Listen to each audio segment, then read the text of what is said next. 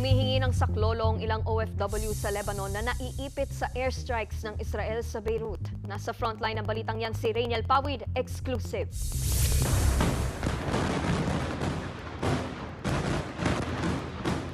Kuha yan mula sa bintana sa bahay na tinutuluyan ng isang OFW sa Dayes sa Lebanon.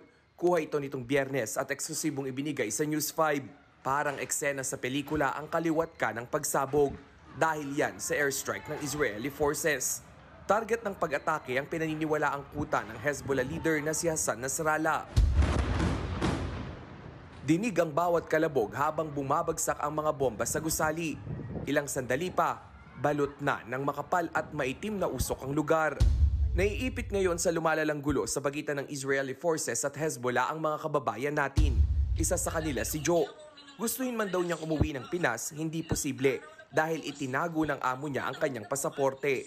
Hindi na rin ibinigay ang sahod niya ngayong buwan. Ng embassy is, yung papers na daw ang kailangan kasi baka daw alis kami dito sa amin sa amo namin na walang papeles, baka kakasuhan kami ng amo. Gagawan kami daw ng kwento. Ilang beses na raw niyang kinausap ang amo para sa kanyang passport at ilang dokumento. Pero nagmatigas daw ito. Ayaw talaga namin pumayag kasi nga kung in case na anong mangyayari dito sa Lebanon is hindi na po kami ma-reach out ng embassy kung saan kami, hindi nila kami matitrace kung saan kami. Bukod sa banta ng mga pagsabog, doble pasakit pa raw kay Joe ang pag-iintindi paano makababalik ng Pilipinas. Tiniyak naman ni Department of Foreign Affairs Undersecretary Ed De Vega na tutulungan agad ang mga Pinoy sa Lebanon. Sa latest record mula sa Department of Migrant Workers, nasa 500 Pilipino pa lang ang nakauwi na ng bansa. Nasa 5% pa lang yan ng 11,000 populasyon ng Pinoy sa Lebanon. Most of our workers in Lebanon are in the domestic work. So ano po yan, kung nagkaroon po sila din ng parang samahan sa kanilang mga employer. Kasama na rin po yung sitwasyon na nag-iisip sila ng kanilang kabuhayan. This is a regular employment.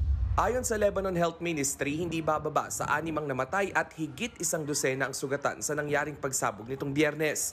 Dahil sa gyera, umabot na sa higit 100,000 individual ang nawalan ng tirahan. Nagbabalita mula sa frontline, Rainiel Pawid, News 5. Mga kapatid, Nikki de Guzman po. Iba na ang may alam at may pakialam sa panahon ngayon. Para sa tuloy-tuloy na balitaan sa Frontline kahit weekend, mag-follow at mag-subscribe sa social media pages ng News 5.